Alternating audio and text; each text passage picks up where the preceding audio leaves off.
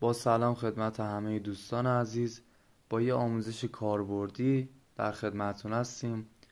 آموزشی که قراره بهتون بدم تو این ویدیو اینه که ما هر زمان که خواستیم به اینترنت متصل بشیم بتونیم در کنارش به کانفیگمون هم متصل بشیم. حالا نحوهش رو من الان کامل بهتون یاد میدم.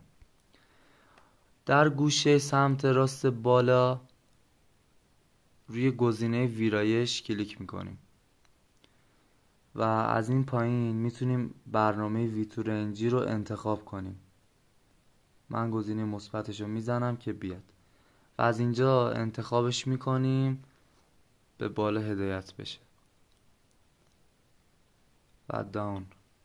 حالا هر موقع که من بخوام به اینترنت متصل بشم از اینجا میتونم به کانفیگم متصل بشم یا کانفیگم رو قطع کنم.